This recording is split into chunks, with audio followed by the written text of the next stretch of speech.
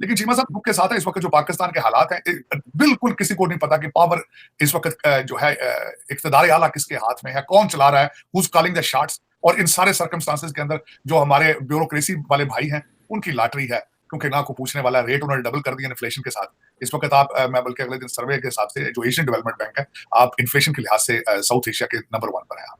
मैं दो चीजें बड़े दुख के साथ ये कहूंगा कि एक बैंकरप्ट कंट्री श्रीलंका, उसकी भी इन्फ्लेशन रेट आपसे कम है। अफगानिस्तान जो आफत ज़दा, जिनका कोई सड़क और पुल मौजूद नहीं है वहां पे, इन्फ्लेशन में वो भी आपसे नीचे है। मेरी ये हम्बल रिक्वेस्ट है कि इस ऑपरेशन के बाद अपने फाइनेंस मिनिस्टर को तालिबान इंस्टीट्यूट ऑफ इकोनॉमिक्स में भेजें, वहां से वो पढ़ के आए, देखें उनसे कि मुल्क किस तरह चलाने। ये जो आप यहाँ से ये लौंडे लपाड़े ले जाते हैं ना, यहाँ से ये जो IMF के मुलाजमीन, ये वर्ल्ड बैंक के मुलाजमीन, इनको प्लीज इनसे जान छुड़ाएं और तालिबान की क्लासें ले जाके। और अगर उससे भी कोई बचत ना समझ आ रही हो तो बांग्लादेश भेजें इनको पढ़ने के लिए, जो आपका हिस्सा थे, अब आपसे बहुत आगे निकल के जा चुके हैं।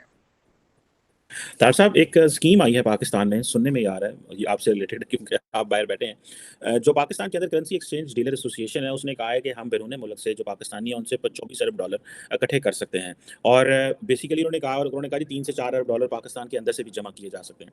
बेसिकली स्कीम ये है कि ये कह रहे हैं कि 1998 में भी इस तरह की स्कीम मुतारफ कराई गई थी, जब पाकिस्तान ने एटमी धमाके किए, तो उसके बाद मुआशी पाबंदियाँ, इकोनॉमिक सैंक्शंस पाकिस्तान पर लगी, तो उस वक्त भी कुछ 10 अरब डॉलर जो है पाकिस्तान में इस तरह कहते हैं फ्राहम किए गए थे, कुछ इस तरह की चीज़ें हुई थी। अभी वो कह रहे हैं कि ये जो 24 अरब डॉलर है, इसमें स्टेट बैंक ऑफ पाकिस्तान जो है वो गारंटर होगा और स्टेट बैंक ऑफ पाकिस्तान सारा कुछ जो है इसको देखेगा। तो आपको लगता है तारड़ साहब कि ये चीज़ें जो है ये मुमकिन हो सकेंगी कि इस तरह 24 अरब डॉलर जो है वो दुनिया से इकट्ठे करना, और फिर वो कह रहे हैं कि हम वो जब पाकिस्तान में रखेंगे तो 2 साल बाद डॉलर का इजाफी फ़र्क जो होगा वो भी हम जो है उन लोगों को देंगे जहाँ से हम इकट्ठे करेंगे। और सुना है कि हुकूमत इस स्कीम को जो है वो सपोर्ट करने वाली है। डू यू थिंक जो पाकिस्तानी हैं बाहर बैठे हुए हैं वो they trust the system and the government to this extent? मैंने बिल्कुल मलक बोस्तान साहब की स्टेटमेंट को बड़े गौर से, मैं उनको बड़े पिछले अरसे से ऑब्जर्व कर रहा हूँ, जिस तरह उन्होंने स्टेटमेंटें दी हैं कि हमने 1988 में भी पैसे इकट्ठे करके दिए थे एटमी धमाकों के बाद। लेकिन इसमें मैं एक बात जरूर कहूंगा, खान साहब ने तो अगले दिन एक बिल्कुल लाइन ड्रा कर दी ओवरसीज पाकिस्तानीज के अंदर। मैं समझा जो उन्होंने ज्यादती की, उन्होंने सिर्फ ओवरसीज पाकिस्तानीज में से डॉक्टरों को चुना है।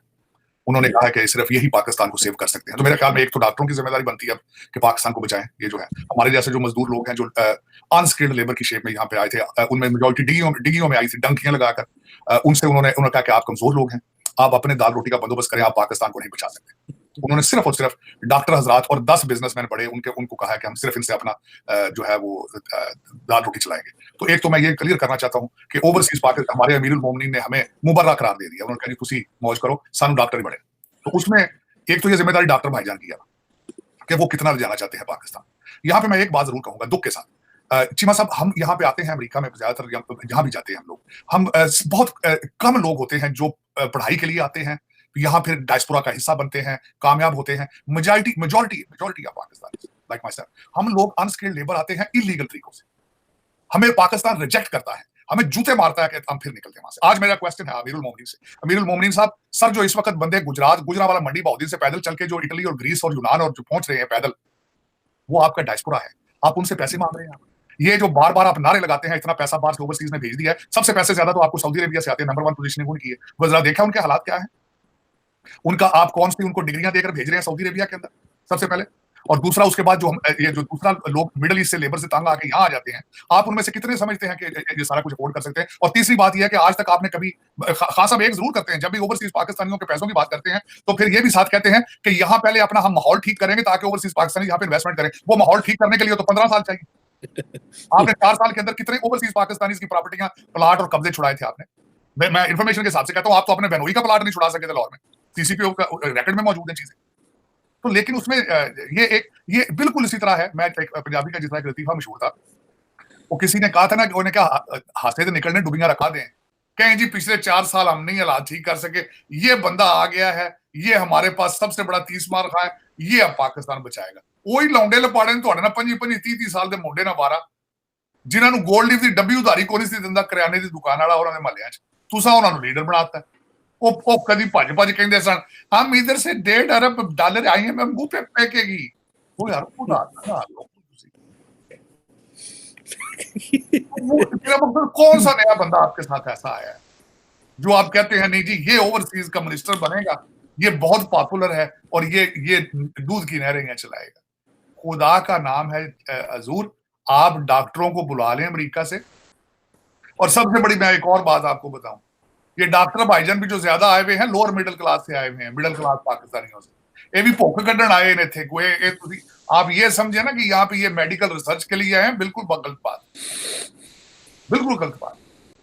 ये भी हमारी तरह के भुख कड्ढन आए ने ते इन्हां कोल ले लो पैसे आ जे, सानू ते तुसां कहता साडे कोल ते पैसे ही नहीं, ਅਸੀਂ ਤੇ ਇੱਥੇ ਅਮਰੀਕਾ 'ਚ ਵੀ ਤੁਸੀਂ ਕਿਹਾ ਸਵੇਰ ਦੀ ਖਾਣੇ ਆ ਸ਼ਾਮ ਦੀ ਫਿਕਰ ਪੈ ਜਾਂਦੀ, लेकिन ये कि बिल्कुल ही हर पार्टी ये बंदे लोग समझते हैं मलक बोस्तान साहब सबसे बड़ी बात ये है, आपके पास जो पैसा आता है ज्यादा हुंडी वाला या तमाशा, आधा ये 2 नंबर पैसा होता है।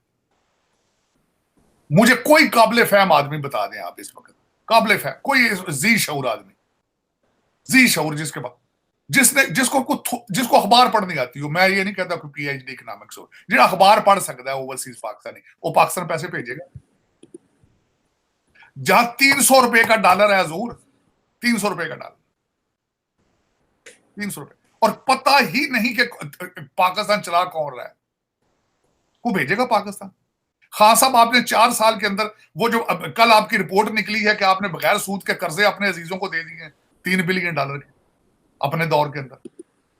आप जब आए थे आपने पूरा पाकिस्तान को आइसोलेट कर दिया था फॉरेन पॉलिसी के हवाले से, सी पैक आपने बंद कर दिया था, अमेरिका के खिलाफ आपकी दुश्मनी शुरू हो गई थी, एमबीएस को आपने कभी घड़ियां बेची हैं, कभी आप अपनी कैबिनेट की मीटिंग में उसका मजाक उड़ाते थे आप उसका।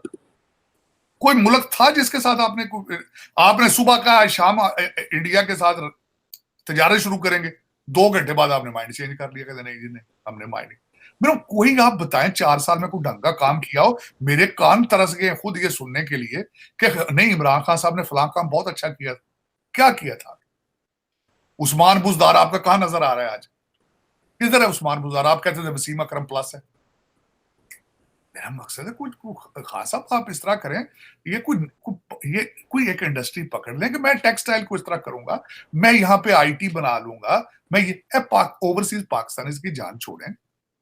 मैं वैसे दुख के साथ ये कहता हूं कि हमारा डायस्पोरा के हमारे हालात कोई नहीं है यहाँ पे, हालात किस तरह नहीं है, क्योंकि देखें हम इतने यहाँ पे ज्यादा वेल्थी होते, कोई कांग्रेसमैन होता पाकिस्तानी डिसेंट का, मैं आपको कहता हूं सबसे ज्यादा न्यूयॉर्क में बैठे हैं पाकिस्तानी, एक काउंसिलमैन तक नहीं है वहां पाकिस्तानी, एक काउंसिलमैन तक नहीं। आप कहते हैं हम ये कर देंगे वो कर देंगे, कुछ पाकिस्तानी मिल मिला के यहाँ कांग्रेसमैनों के टिकट हवाई जहाज के साथ उनको डोनेशनें दे के पाकिस्तान ले जाते हैं, आज समझते हैं सारी कांग्रेस ही हमारे साथ है।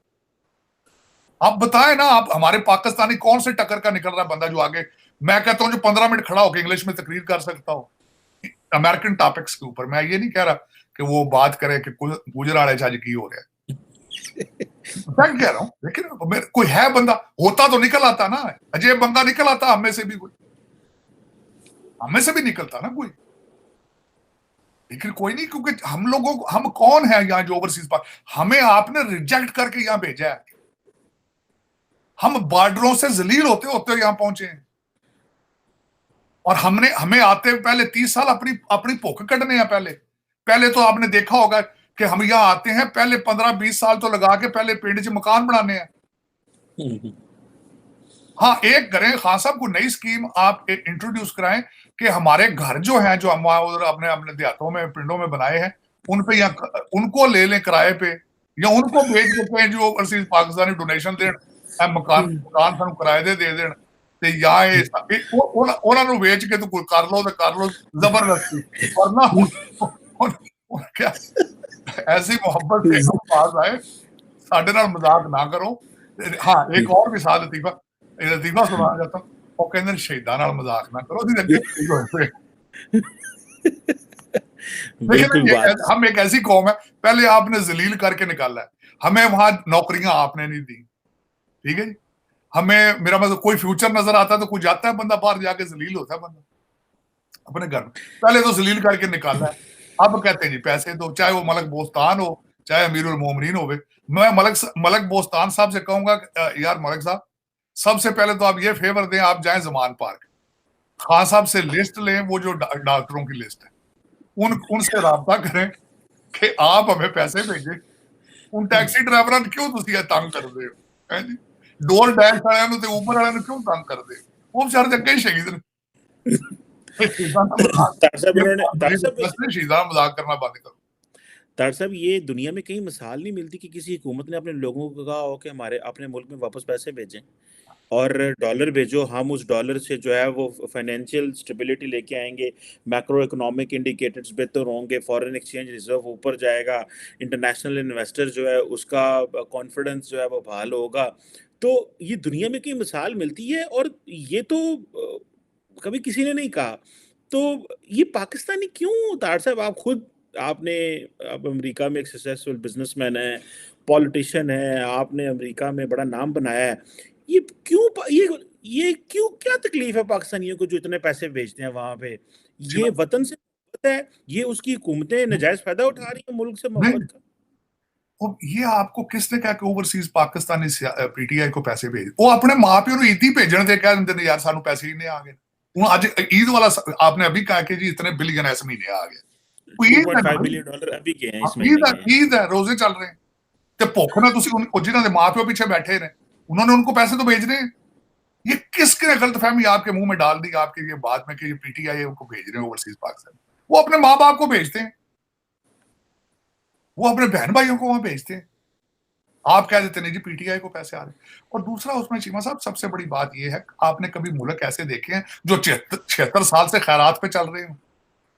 आपने कोई ऐसा फाइनेंस मिनिस्टर बताएं, आज आज मैं ये बात, कभी सऊदी अरब के पास, कभी यूएई के पास, कभी आईएमएफ के पास, कभी चाइना के पास, कभी आपने तवज्जो दी है कि कोई इंडस्ट्री के ऊपर ही तवज्जो दे लें?